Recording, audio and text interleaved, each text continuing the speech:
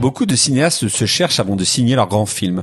Dans le cas de Romero, sa première réalisation est déjà parfaite, et allait faire figure d'œuvre matricielle pour ses films à venir. Malheureusement pour le réalisateur de Pittsburgh, La Nuit des Morts-Vivants, qui allait réinventer le mythe du zombie dans le 7e art, ne lui rapportera pas un sou en raison d'une erreur d'enregistrement. Pourquoi le long métrage est une telle réussite ? Sa dimension politique ?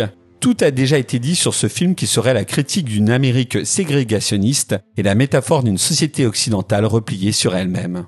On oublie cependant l'essentiel quand on évoque ce titre. C'est avant tout un grand film d'horreur, et c'est peut-être ça le plus important.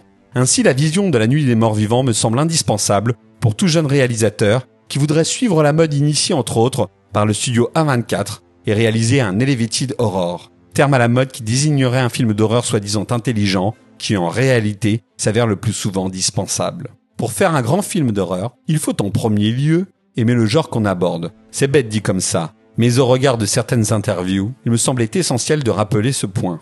Romero, il ne faut pas l'oublier, était un vrai amoureux du fantastique, qui avait bouffé gamin un nombre incalculable d'DC Comics, BD d'horreur, tout comme son ami Stephen King.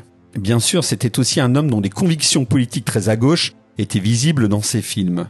Mais sa force a toujours été de nous offrir en premier lieu une histoire logique avec des personnages qui fonctionnent.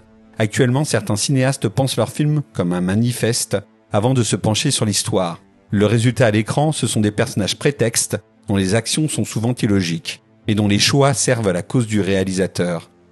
La Nuit des Morts-Vivants est toujours aussi efficace 50 ans après sa réalisation, car le long métrage contient, en dehors de son discours sous-jacent, des séquences d'horreur pures qui n'ont rien perdu de leur impact, à l'image de la scène où la petite fille agresse ses parents. Le film s'apparente donc à un grand 8 émotionnel, où nous avons peur pour les survivants avant de changer d'avis la séquence d'après, en raison de l'inhumanité de certains protagonistes. Nous sommes ici plus enclins à partager les opinions de Romero sur notre société, car les actions des différents personnages nous paraissent vraisemblables.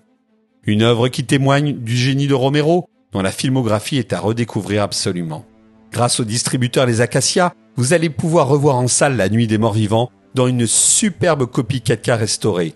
Une pièce maîtresse du genre qu'il me semble indispensable d'avoir vue, qu'on soit cinéphile, apprenti réalisateur ou metteur en scène confirmé.